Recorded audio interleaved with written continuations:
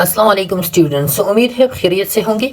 आज हम शुरू करते हैं चाइल्डहुड मेंटल डिसऑर्डर। ओके, तो ये मेंटल हेल्थ नर्सिंग का हमारा लेक्चर है। इस मेंटल हेल्थ नर्सिंग में हमने बहुत सारे लेक्चर्स अपलोड किए जो हमारी चैनल की मेंटल हेल्थ नर्सिंग प्लेलिस्ट में सारे के सारे मौजूद है। तो इसी लेक्चर में हम स्पेसिफिकली पढ़ेंगे कि चाइल्डहुड मेंटल डिसऑर्डर क्या है। फिर DSM-4 और DSM-5 में DSM-4 और DSM-5 में इसकी कैटेगराइजेशन कैसा है, classification of childhood mental disorder in DSM-4 DSM-5। और फिर जो mental health childhood mental disorders है तो उनको वन बाय वन जो है ना हम इधर एक्सप्लेन से डिस्कस करेंगे। ओके, तो चलते अपने लेक्चर की तरफ। लेकिन लेक्चर पे जाने से पहले आपसे रिक्वेस्ट है, अगर आप हमारे चैनल पे नहीं हो तो चैनल को जरूर सब्सक्राइब करें और इसको फ्रेंड्स के साथ जरूर शेयर करवाएं। सबसे पहले अगर हम देखते हैं कि चाइल्डहुड मेंटल डिसऑर्डर है क्या, तो a broad spectrum of condition that can affect individuals emotional behavioral and social development। ये क्या होता है, ये डिफरेंट एस्पेक्ट्स ऑफ कंडीशंस होते हैं, एक ब्रॉड स्पेक्ट्रम ऑफ कंडीशंस होते हैं। और ये कौन सी कंडीशन होते हैं, ऐसी कंडीशन जिसमें चिल्ड्रन की इमोशनल बिहेवियरल और सोशल डेवलपमेंट को मुतासर होते हैं, वो अफेक्ट होते हैं। तो ऐसी कंडीशन या ऐसी बीमारियां जिसमें चाइल्डहुड की या एक चिल्ड्रन की इमोशनल बिहेवियरल और सोशल डेवलपमेंट अफेक्ट होते हैं, वो मुतासर होते हैं, तो उसको हम कहते हैं चाइल्डहुड मेंटल डिसऑर्डर। और जब हम ये डिसऑर्डर पढ़ेंगे तो डिसऑर्डर को पढ़ने के बाद, साइन सिम्टम्स को देखने के बाद आपको पता चल जाएगा कि ये जो एस्पेक्ट्स है ये किस तरह अफेक्ट होते हैं, मुतासर होते हैं चाइल्डहुड मेंटल डिसऑर्डर में। ओके, तो सबसे पहले हम चलते हैं कि DSM-4 और DSM-5 पे चाइल्डहुड मेंटल डिसऑर्डर की क्लासिफिकेशन है क्या, इसकी किस तरह नेमिंग हुई है और कौन कौन से डिसऑर्डर को कौन कौन सी ग्रुप में डाला गया है। ओके, तो क्लासिफिकेशन को अगर हम देखते हैं तो क्लासिफिकेशन इसका ऐसा है कि DSM-4 में specific categorisation of the childhood mental disorder नहीं था। इसमें सिर्फ दो कैटेगरीज थी, एक था disorder diagnosed in infancy and childhood and adolescence, ये एक कैटेगरी था DSM-4 में। दूसरा कैटेगरी जो था वो डिसऑर्डर फर्स्ट डायग्नोज इन इंफेंसी, तो ये कैटेगरी था। लेकिन DSM-5 में different types of technological research हुई और जो डेफिसिट स्केल्स थे वो सामने आ गई, डिफरेंट टाइप्स ऑफ एस्पेक्ट और डेवलप हो गई। तो फिर इन्होंने जो है ना इन सारे डिसऑर्डर को फिर इन्होंने और कैटेगराइजेशन दी, और इसमें दो मेन कैटेगराइजेशन थी, एक था न्यूरो डेवलपमेंटल डिसऑर्डर, दूसरा था disruptive impulsive control and conduct disorder. Okay, तो ये मेन कैटेगराइजेशन थी। फिर इसके साथ साथ जो है ना और भी कैटेगराइजेशन हुई, feeding and eating disorder, neuro developmental, elimination disorder, anxiety and mood disorder या एंजाइटी डिसऑर्डर और ट्रॉमा एंड स्ट्रेस डिसऑर्डर। तो फिर अलग कैटेगराइजेशन और भी हुई, लेकिन मेन इसमें ये दो थे। अब कौन कौन सी डिसऑर्डर जो है ना इन कैटेगरीज में आती है तो हम इधर पढ़ते हैं। सबसे पहले मेंटल रिटार्डेशन है। अब मेंटल रिटार्डेशन को ये कैटेगराइजेशन आप आहिस्ता और अच्छी तरह जो है ना आप याद कर ले, जितनी भी स्लाइड्स आगे आ रही है तो सारी इनकी बेसिस पे है। ओके, तो इसी वजह से जो है ना इनको वन बाय वन पढ़ना लाजमी है, फिर आपको जो है ना उधर डिफिकल्टी नहीं हो एक चीज़ को समझने में। तो मेंटल रिटार्डेशन जो DSM-4 में इसको मेंटल रिटार्डेशन का नाम दिया गया था, DSM-5 में ये चेंज हो गया इंटेलेक्चुअल डिसेबिलिटी को, ये इंटेलेक्चुअल डेवलपमेंटल डिसेबिलिटी या और ये जो है ना DSM-5 में इसका नाम रखा गया। अब ये जो है ना DSM-4 में ये disorder diagnosed in infancy childhood adolescence में आता था, और DSM-5 में फिर जो है ना इनको शामिल किया गया न्यूरो डेवलपमेंटल डिसऑर्डर की कैटेगरी में। ओके, अच्छा, दूसरा जो डिसऑर्डर है वो है लर्निंग डिसऑर्डर, और लर्निंग डिसऑर्डर जो है ना वो DSM-4 में इन्हीं कैटेगरी में था, DSM-5 में न्यूरो डेवलपमेंटल में आ गया। फिर तीसरा था मोटर एंड स्किल। अब ये सारे के सारे डिसऑर्डर हम डिटेल से बाद में पढ़ते हैं कि इसके साइन सिम्टम्स क्या है, कॉजेज क्या है, फिर ट्रीटमेंट क्या है। अभी आप सिर्फ ये याद कर ले कि ये कौन सी कैटेगरी में आता है। मोटर एंड स्किल डिसऑर्डर जो है ना ये disorder diagnosis in infancy childhood adolescence, और DSM-5 में जो है ना इसमें था कम्युनिकेशन डिसऑर्डर और साथ में परवेसिव डेवलपमेंटल डिसऑर्डर। ये परवेसिव डेवलपमेंटल डिसऑर्डर इसको DSM-4 में नाम दिया गया था, DSM-5 में ये नेम चेंज हो गया ऑटिज्म स्पेक्ट्रम डिसऑर्डर को DSM-5 में। ये सारे के सारे किस्में हैं, ये इधर DSM-4 में इन्हीं ग्रुप में है, DSM-5 में न्यूरो डेवलपमेंटल डिसऑर्डर की ग्रुप में है। अच्छा, फिर इसके बाद छठा जो है वो है attention deficit hyper activity disorder, जिसको हम ADHD भी कहते हैं। अब ये जो ADHD है ये DSM-4 में डिसऑर्डर फर्स्ट डायग्नोज इन इंफेंसी वाली कैटेगरी में था, लेकिन DSM-5 में ये वही कि वही न्यूरो डेवलपमेंटल में शामिल किया गया। ओके, फिर इसके बाद जो है ना कंडक्ट डिसऑर्डर और साथ में अपोजिशनल डिफाइंड डिसऑर्डर। ये कंडक्ट डिसऑर्डर, अपोजिशनल डिफाइंड डिसऑर्डर, ये जो था ये इधर जो है ना DSM-4 में ये इन्हीं डिसऑर्डर पर डायग्नोसिस एंड इम्पेंसी वाले में डाला गया, और DSM-5 में disruptive impulsive control and conduct disorder एक अलग ग्रुप जो है ना इन दोनों के लिए बनाया गया, और इसमें जो है ना disruptive impulsive control and conduct disorder ये दोनों इसमें आ गए।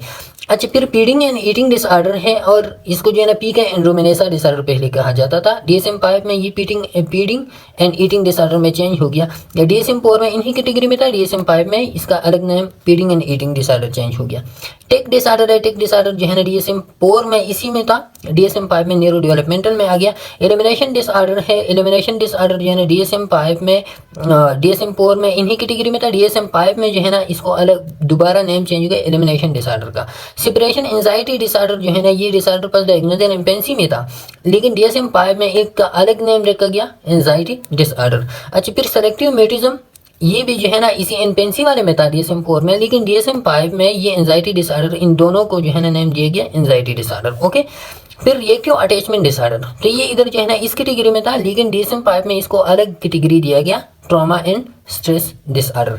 तो ये था categorisation in DSM-5 and DSM-4। अब हम इसी 1 बाय 1 जो है ना वो पढ़ते हैं। ओके, तो ये क्लासिफिकेशन स्लाइड में आपको दिया गया है। स्लाइड में कहते हैं कि DSM-5 split childhood disorder into 2 chapters. Mainly मैंने आपको बताया कि DSM-5 में 2 चैप्टर्स आ गए, एक था न्यूरो डेवलपमेंटल डिसऑर्डर, दूसरा था disruptive impulsive control and conduct disorder. अच्छा, फिर DSM-5 has new names for disorder. अब न्यू नेम्स क्या थी कि मेंटल रिटार्डेशन को उन्होंने रिप्लेस किया इंटेलेक्चुअल डेवलपमेंटल डिसऑर्डर में, मैंने आपको ऑलरेडी बताया।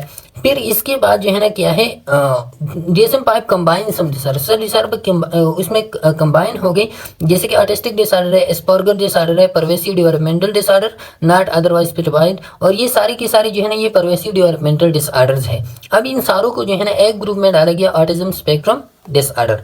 अब हम फोकस करते हैं मेनली इन 2 ग्रुप्स पे, न्यूरो डेवलपमेंटल डिसऑर्डर, दूसरा है disruptive impulsive control and conduct disorder. तो ये दोनों है, इसमें जो है सबसे पहले हम ये दूसरा वाला पढ़ेंगे, फिर जो है ना हम आएंगे पहले वाले न्यूरो डेवलपमेंटल डिसऑर्डर में। अच्छा, पहले वाला है कंडक्ट डिसऑर्डर, या उसमें DSM-4 में इसको नेम दिया गया था disorder diagnosed in infancy childhood and adolescent. DSM-5 में इस कंडक्ट डिसऑर्डर को नेम दिया गया था disorder impulsive control disorder. Okay, तो ये क्या है disruptive impulsive control and conduct disorder. तो अब ये कौन सा डिसऑर्डर है? Repetitive and persistent behaviour pattern that violates the basic rights of other or conventional social norm as manifested by the presence of 3 और more of the following symptoms. तो ये क्या है, इस कंडक्ट डिसऑर्डर में एक तो रिपीटेटिव और परसिस्टेंट बिहेवियर होता है। आपका बिहेवियर जो है ना रिपीटेटिव होता है, एक काम आप करते हो बार बार करते हो। दूसरा वो बिहेवियर आपको परसिस्टेंट होता है, मतलब ये नहीं है कि 1 घंटे के लिए आप करते हो इस तरह रिपीटेटिव बिहेवियर और फिर जो है ना आप उसे छोड़ जाते, नहीं, आपको परसिस्टेंटली जो है ना कॉन्स्टेंटली आप इस तरह के बिहेवियर अपनाते हो। अब इस बिहेवियर में क्या होते हैं ऐसे खास, ये बिहेवियर ऐसा डिसफंक्शनल बिहेवियर होता है जिसकी वजह से आप दूसरों की बेसिक राइट्स को वायलेट करते हो। बेसिक राइट्स कैसे होते हैं? फॉर एग्जांपल कोई बंदा है, उसकी सेफ्टी सिक्योरिटी उसका बेसिक राइट है, उसका लाइफ रहना उसकी बेसिक राइट है। तो ये क्या है, या उसके तो ये बेसिक राइट्स आप उसके वायलेट करते हो, उसकी सिक्योरिटी को जो है ना आप ब्रेकअप करते हो, उसकी घर की सेफ्टी को आप ब्रेकअप करते हो। तो ये क्या है रिपीटेटिव पर, या और इस तरह की जो है ना रिपीटेटिव परसिस्टेंट बिहेवियर जो उसकी बेसिक राइट्स को आप वायलेट करते हो, या इस तरह कन्वेंशन सोशल नार्म्स। कन्वेंशन मतलब रिवायती, आपके ट्रेडिशनल नार्म्स होते हैं, हर एक सोसाइटी के अपने अपनी रिवायत होते हैं, और उस रिवायत को जो है ना इसी बिहेवियर की वजह से, इससे बिहेवियर हो जो उन रिवायत को, उन ट्रेडिशनल सोशल नार्म को जो है ना आप वायलेट करते हो। अब ये जो है ना कंडक्ट डिसऑर्डर है। अब as manifested by the presence of 3 और more of the following in the previous 12 months and at least one of them in the previous।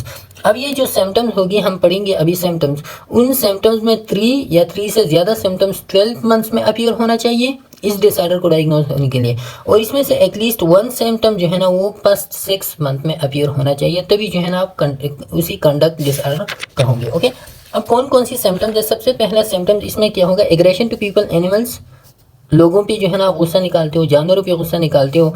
बुरी एंड पैटर्न आप engaging in behaviour that violets social norms, the rights of others and और अपन illegal. अब जो है ना आपका behaviour क्या होता है, आपका बिहेवियर जब आप दूसरे लोगों के साथ एंगेज होते हैं तो आपका बुली बिहेवियर होता है, एक बदमाश टाइप का बिहेवियर आपका होता है।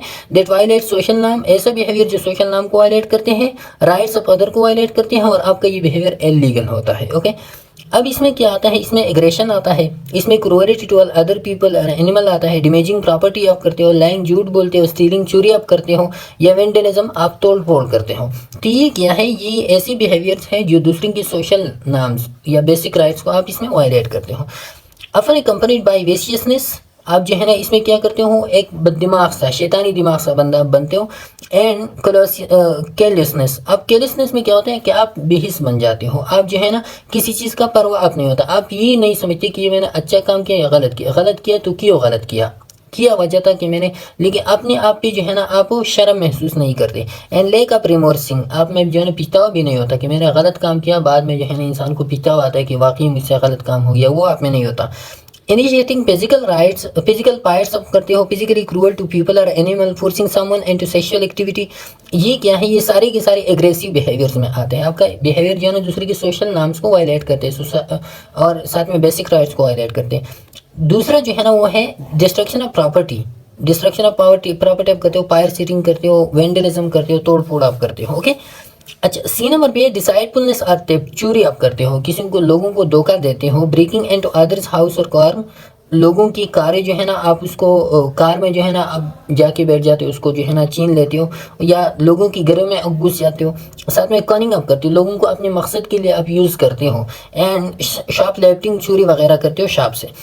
डी नंबर पे है सीरियस वायलेशन ऑफ रूल्स आप करते हो, जैसे कि staying out at night before age of 13 and defiance parental rules. आपका पेरेंटल रूल्स आपका क्या है कि आप जो है ना रात को बाहर ना घूमो फिरो, लेकिन आप छोटा हो, लेकिन फिर भी जो है ना आप उसकी मानते नहीं और आप बाहर घूमते फिरते हो, ट्रांसएप करते हो, काम चोरी करते हो, माँ बाप की नाफरमानी करते हो, ये सब कुछ जो है ना इस तरह के बिहेवियर में आते हैं। सिग्निफिकेंट इम्पेयरमेंट इन सोशल एकेडमिक और ऑक्यूपेशनल फंक्शनिंग, आपकी सोशल फंक्शनिंग में भी डिफिशिएंस आता है, और साथ में एकेडमिक फंक्शन में भी, और आपकी ऑक्यूपेशनल फंक्शनिंग सारे के सारे आपका डिफिशिएंट हो जाते हैं इसी कंडक्ट डिसऑर्डर में। ओके, अच्छा, इसके बाद फिर आता है, ये थे हमारे पास जो है ना कंडक्ट डिसऑर्डर या डिसरप्टिव इम्पल्सिव कंट्रोल इन कंडक्ट डिसऑर्डर था ये। अब जो है ना हम ज़्यादातर ये पार्ट्स पढ़ेंगे न्यूरो डेवलपमेंटल डिसऑर्डर की, जिसको जो है ना DSM-4 में नेम दिया गया था disorder diagnosed usually past in infancy, childhood and adolescent. Okay, तो ये न्यूरो डेवलपमेंटल डिसऑर्डर में ये आते हैं learning, communication, motor disorder likely to be and DSM-5। अच्छा, मोटर डिसऑर्डर इसमें क्या है, मोटर डिसऑर्डर 2 टाइप्स की बेसिक मोटर डिसऑर्डर है, एक हम कहते हैं टोरेटिस डिसऑर्डर, दूसरा हम कहते हैं डेवलपमेंटल कोऑर्डिनेशन डिसऑर्डर। टोरेटिस डिसऑर्डर में इन्वॉल्व 1 और मोर वोकल और मल्टीपल मोटर टेक्स, इसमें मोटर टेक्स आते हैं। अब ये मोटर टेक्स या तो मोटर टेक्स होते हैं या वोकल टेक्स होते हैं। आपने लोगों को देखा होगा अक्सर औकात कि वो क्या करते हैं, वो जो है ना बातें करते हैं और एकदम जो है ना वो एक आवाज़ सा निकालता है, या बातों में जो है ना एक बात करते हैं एकदम ऊपर सा, फिर बात जो है ना ऊपर लेके जाते हैं, फिर बात फिर जो है ना एक की आवाज़, इस तरह की आवाज़ जो है ना लोग निकालते हैं। ये इसमें मोटर टेक्स आते हैं। मोटर टेक्स क्या होते हैं कि वो गर्दन जो है ना जल्दी से गर्दन को इस तरह के वो करते हैं, या जो है ना हाथ को इस तरह के मलमलाते हैं, या जो है ना different types of motor tics होते हैं, मतलब ये कि सडन मोमेंट्स होते हैं या सडन वॉइसेस होते हैं। तो ये वोकल और मोटर टेक्स जो है ना ये क्या होते हैं, इसको हम कहते हैं टॉर्टिस डिसऑर्डर। ओके, और ये जब बिफोर द एज ऑफ 18 आ जाए तो इसको हम कहते हैं चाइल्डहुड मेंटल डिसऑर्डर में, न्यूरो डेवलपमेंटल डिसऑर्डर में आते हैं। डेवलपमेंटल कोऑर्डिनेशन डिसऑर्डर, ये क्या होता है, इसमें मोटर स्किल्स जो है ना वो डिसरप्ट हो जाते हैं। Formally called motor skill disorder, इसको पहले DSM-4 में कहा जाता था, फिर इसमें developmental coordination disorder involve mark impairment and development of motor coordination that is not explainable by intellectual developmental disorder or disorder such as cerebral palsy. तो ये क्या होता है, ये मोटर स्केल डिसऑर्डर होते हैं, लेकिन ये सारी बॉडी पे जनरलाइज होते हैं। मतलब ये कि आपकी बॉडी की जिस हिस्से में भी मोटर डिस्फंक्शन आ जाए, मोटर स्केल में डेफिसिट आ जाए, तो उसको हम कहते हैं डेवलपमेंटल कोऑर्डिनेशन डिसऑर्डर। लेकिन ये जो है ना ये इंटेलेक्चुअल डिसेबिलिटी डिसऑर्डर या इंटेलेक्चुअल डेवलपमेंटल डिसऑर्डर भी इसको एक्सप्लेन नहीं करता, ऑन सेरेब्रल पॉल्सी, क्योंकि intellectual developmental disorder cerebral palsy focus करते हैं डैमेज इन द ब्रेन, ये बाकी के या जिस्म के बाकी हिस्सों पे ये फोकस नहीं करता। सैंपल ये फोकस करता है डेवलपमेंटल डिसऑर्डर सेरेब्रल पॉल्सी, ये फोकस करता है किस चीज़ पे, आपकी बॉडी पे फोकस करता है। ओके, तो ये क्या है, ये डेवलपमेंटल कोऑर्डिनेशन डिसऑर्डर्स है। अच्छा, अब इसमें आता है DSM-5 चेंजेस। कौन कौन सी चेंजेस जो है ना वो DSM-5 में इन्वॉल्व है। जो DSM-4 में जो नेम्स दिया गए थे और फिर वो नेम्स किस तरह चेंज हो गई, स्प्लिटिंग आ गई डिसऑर्डर में या कम्बिनेशन ऑफ डिसऑर्डर आ गई और इससे एक डिसऑर्डर बन गया। तो DSM-5 में कौन कौन सी चेंजेस ऑलरेडी मैंने जो है ना एग्जाम्पल आपको बताया, लेकिन इधर फिर भी हम पलटे हैं। DSM-5 no longer has the category of disorder usually first diagnosed in infancy, childhood और एडोलेसेंस। क्योंकि ये कैटेगरी जो है ना DSM-4 में था, DSM-5 में ये कैटेगरी चेंज हो गया और due to the life span developmental guided organisational structure and classification of disorder in DSM-5। तो DSM-5 में जो है ना जो डेवलपमेंट आ गई या जो ऑर्गेनाइजेशनल स्ट्रक्चर दोबारा बन गया, तो उसी में चेंजेस आ गए और उसी चेंजेस के थ्रू क्या हो गया, therefore the first category of disorder are those that typically onset during childhood. वो कैटेगरी आ गया जो चाइल्डहुड में सबसे पहले ही उसके आंसेट होते हैं और वो कैटेगरी कौन सा था, वो था न्यूरो डेवलपमेंटल डिसऑर्डर था। ओके, इसके साथ दूसरा कैटेगरी आ गया, हमने पहले डिस्कस किया कि वो क्या कौन सा था, disruptive impulsive control and conduct disorder वाला था।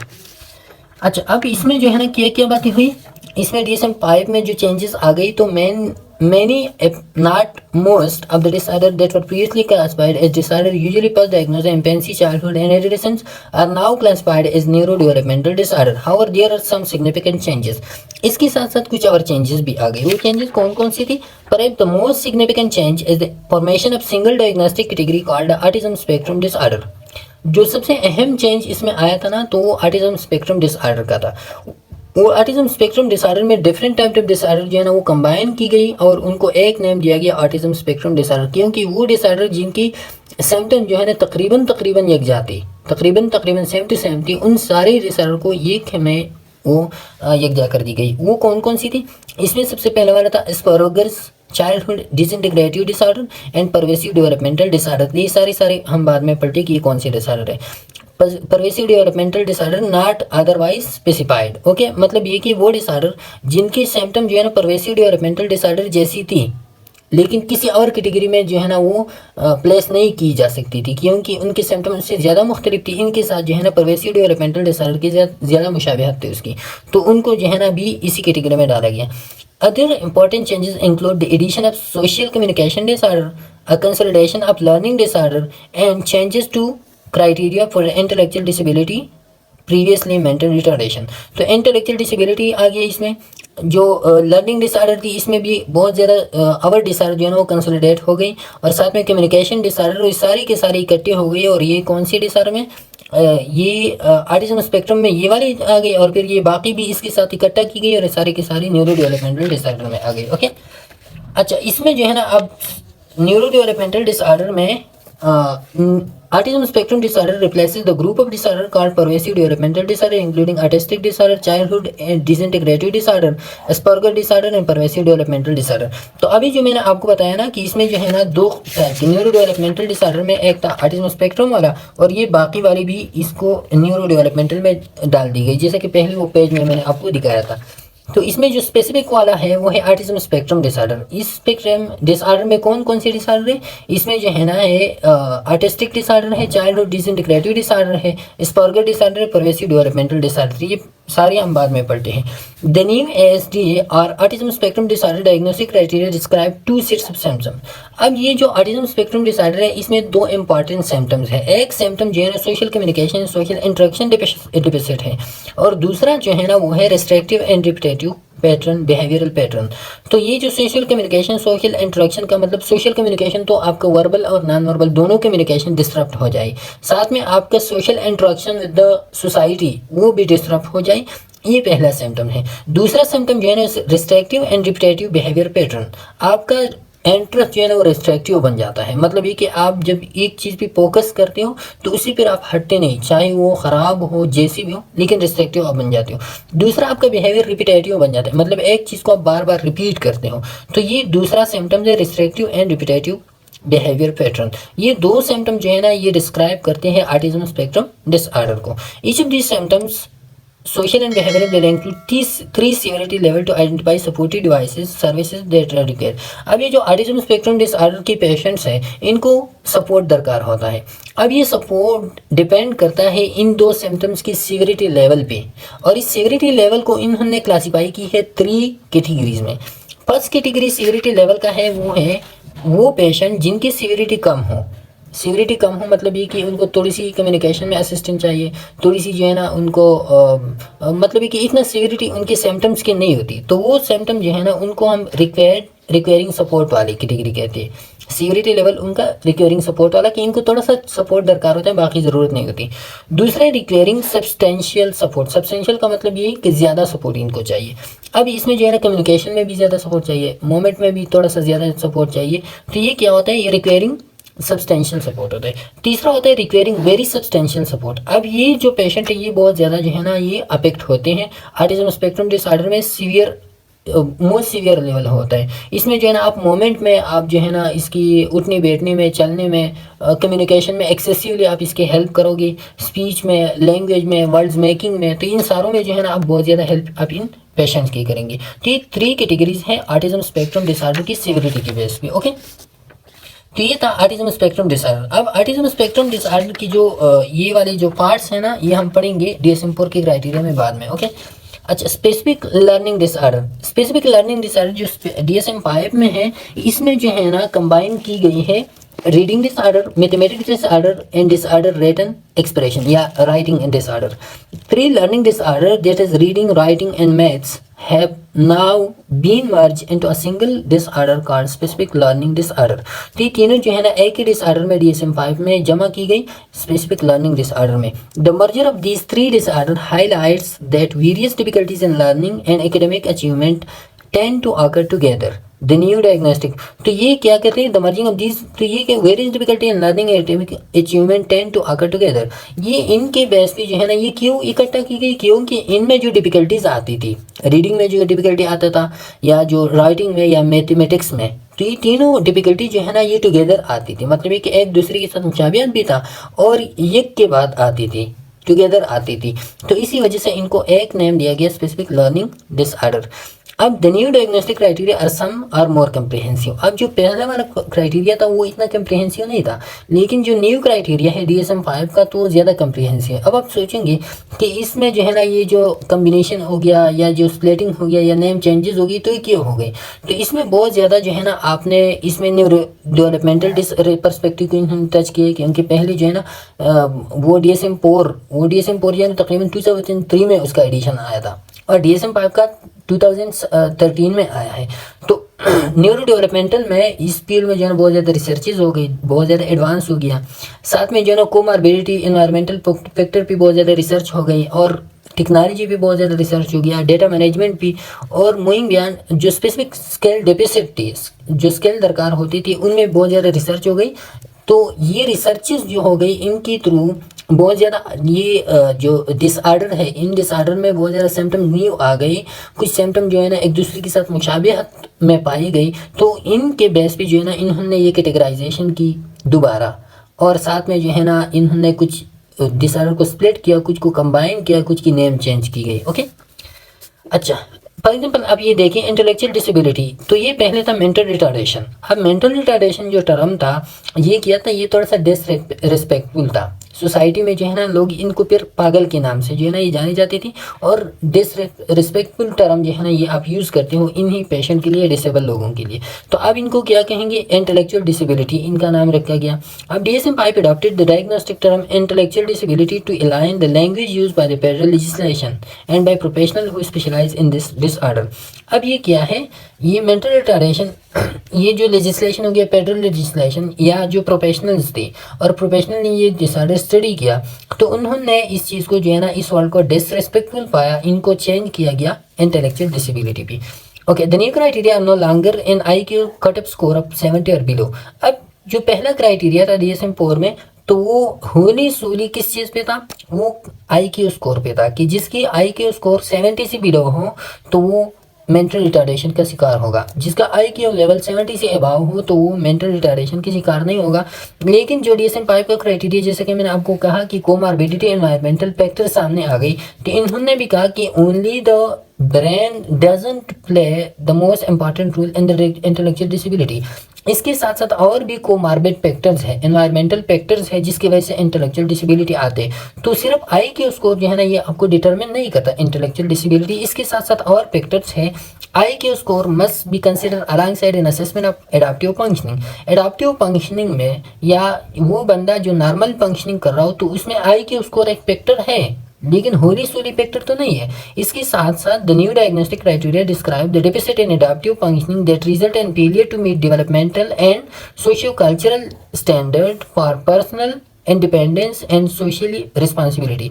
तो इसके साथ साथ इन्होंने बताया कि इसकी जो एडाप्टिव फंक्शनिंग है या जो नॉर्मल फंक्शनिंग है इसमें रोल प्ले करता है आपका डेवलपमेंटल सोशियो कल्चरल लेवल भी, आपका एनवायरनमेंट भी इसमें जो है ना रोल प्ले करता है, और ये आपको इंडिपेंडेंस बनाता है और सोशल रिस्पॉन्सिबिलिटी आपकी बेहतर बनाती है। आपकी सोशल एनवायरनमेंट भी आपकी इंटेलेक्चुअल एबिलिटी में जो है ना वो काम करता है। ओके, अच्छा, तो ये थी इंटेलेक्चुअल डिसेबिलिटी के बारे में। फिर इसके बाद आगे कम्युनिकेशन डिसऑर्डर। कम्युनिकेशन डिसऑर्डर में क्या था, ये भी जो है ना न्यूरो डेवलपमेंटल डिसऑर्डर के पार्ट है। Have new names language disorder combine expressive and mix receptive expressive disorder. अब ये जो कम्युनिकेशन डिसऑर्डर, जैसे कि मैंने आपको पहले बताया कि इनमें बहुत सारी डिसऑर्डर जो है ना वो कंबाइन की गई।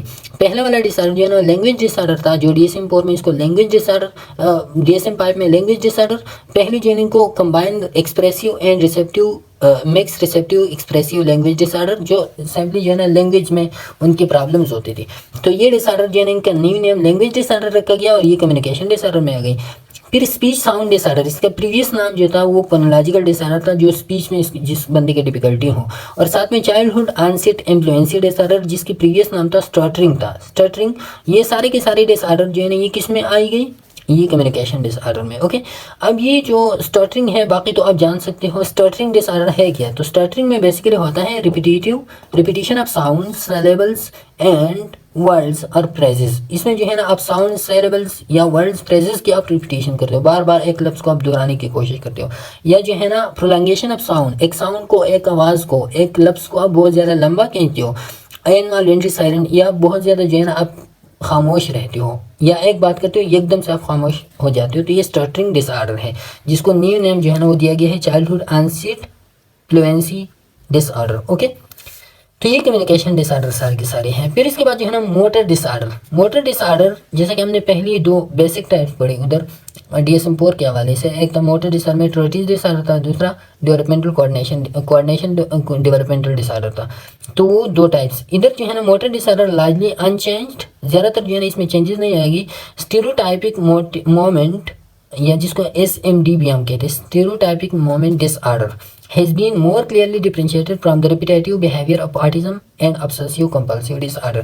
तो ये जो डिसऑर्डर है स्टीरियोटाइपिक मोमेंट डिसऑर्डर, तो इनको डिफरेंशिएट किया गया DSM-5 में किस चीज़ से, रिपीटेटिव बिहेवियर ऑफ ऑटिज्म से इसको वो किया गया, चेंज किया गया, डिफरेंशिएट किया गया, और साथ में ऑब्सेसिव कंपल्सिव डिसऑर्डर से भी। ऑटिज्म बाद में भी हम पढ़ते, लेकिन इधर जो है ना आप जान लें कि किस तरह जो है ना या क्यों इन स्टीरियोटाइपिक मोमेंट डिसऑर्डर को इन दोनों से चेंज किया गया।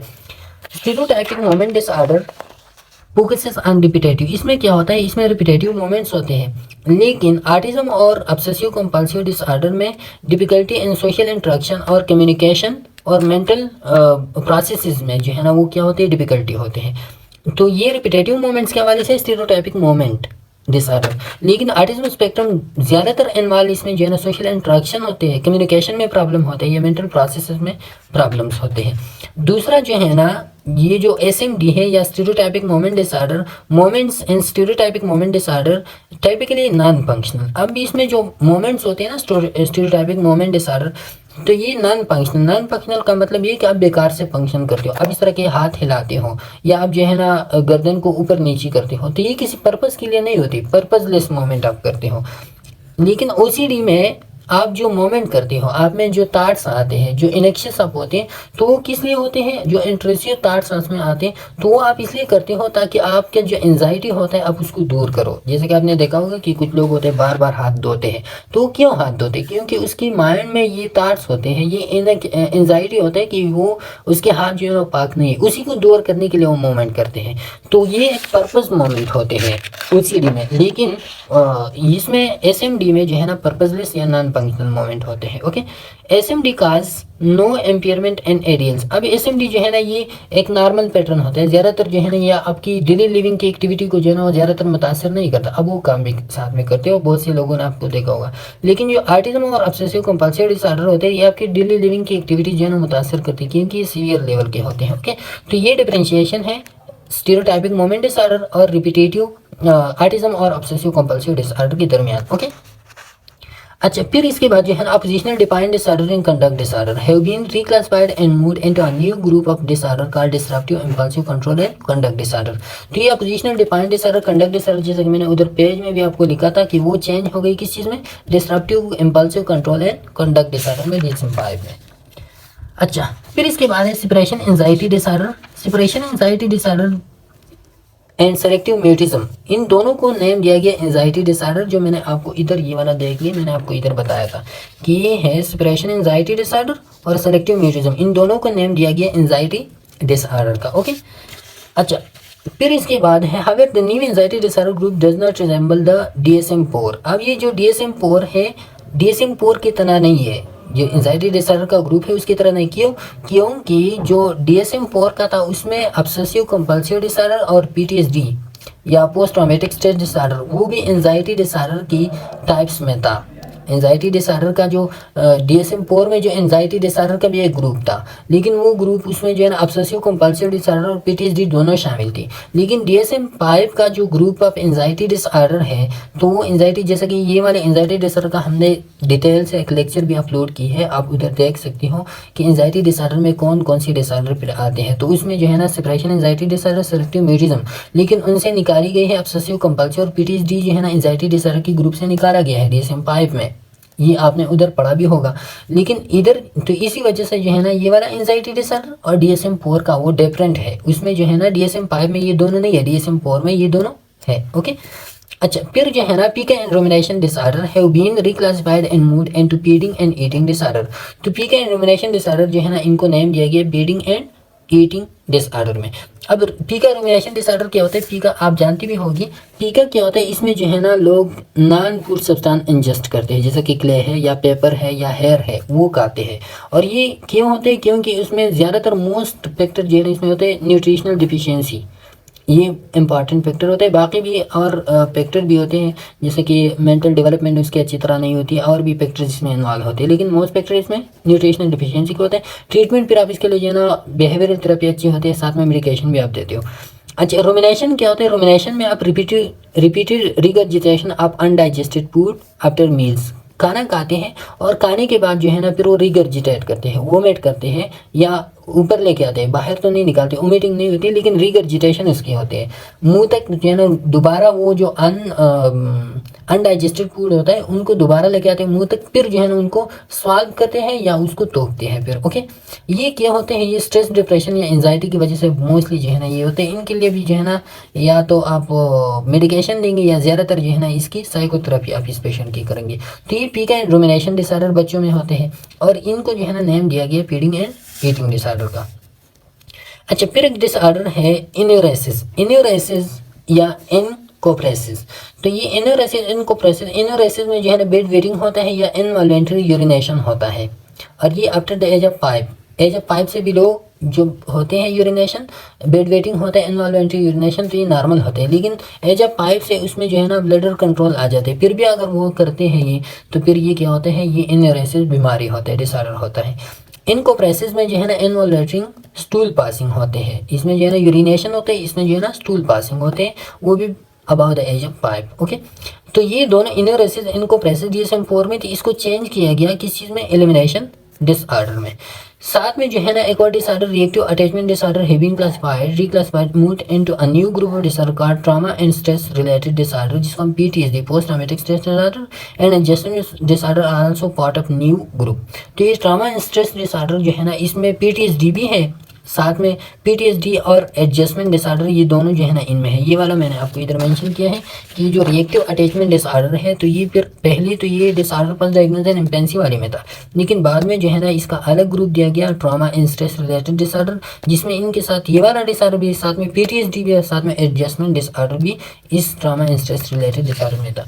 तो ये क्या थे, ये सारी के सारी मैंने आपको एक्सप्लेन से बताया, और ये इसका खुलासा है। इससे ये इसका खुलासा है कि किस तरह जो है ना DSM-4 DSM-4 में चेंजेस आ गई, किस तरह की कैटेगराइजेशन था उसका। तो ये सारे के सारे हमने डिटेल से डिस्कस किए। ओके, अब हम इसके बाद जो है ना हम पढ़ेंगे जो मेजर कॉमन चाइल्डहुड डिसऑर्डर होते हैं, तो हम इस पे ब्रीफ ओवरव्यू हम नेक्स्ट लेक्चर में देंगे। अटेंशन डेफिसिट पहले हम पढ़ेंगे, वो पार्ट 2 में, इस लेक्चर के पार्ट 2 में हम पढ़ेंगे। फिर सेपरेशन एंजाइटी डिसऑर्डर और परवेसिव डेवलपमेंटल डिसऑर्डर, ये पार्ट 3 में पढ़ेंगे। और मूड डिसऑर्डर जो जिसमें आते हैं डिप्रेसिव डिसऑर्डर है, या मेजर डिप्रेसिव डिसऑर्डर है, या पोस्ट ट्रॉमेटिक स्ट्रेस डिसऑर्डर है, या और जितने भी मूड डिसऑर्डर होते हैं, बाइपोलर डिसऑर्डर है, तो ये सारे के सारे हमने इसमें डिटेल से लेक्चर अपलोड किए हैं, वो भी आप देख सकते हो। तो चलते हैं इंशाल्लाह नेक्स्ट पार्ट 2 में, तब तक के लिए इजाज़त दीजिए। अल्लाह हाफिज़।